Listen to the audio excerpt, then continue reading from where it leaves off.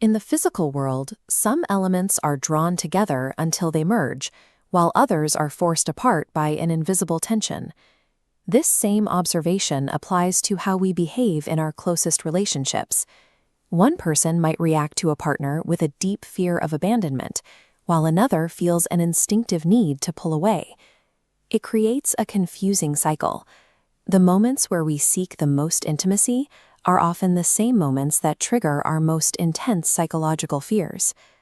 Psychologists categorize these reactions through attachment theory, a framework that explains why our emotional responses can seem so contradictory. Navigating a relationship without this context often leads to confusion. It becomes easy to mistake a partner's internal defense mechanism for a total lack of compatibility. These behaviors are emotional patterns established in childhood.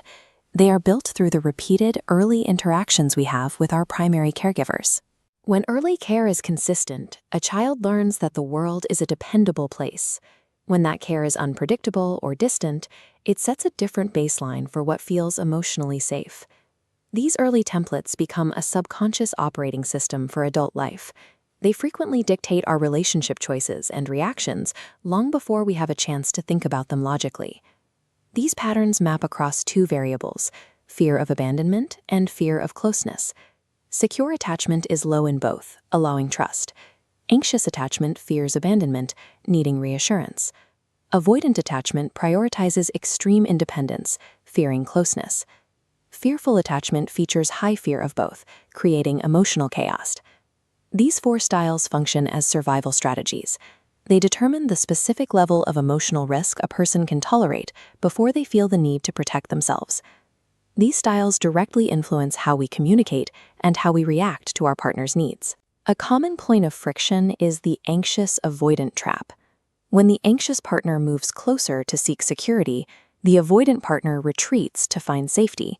This retreat causes the anxious partner to pursue even harder, creating an endless loop of conflicting defense mechanisms.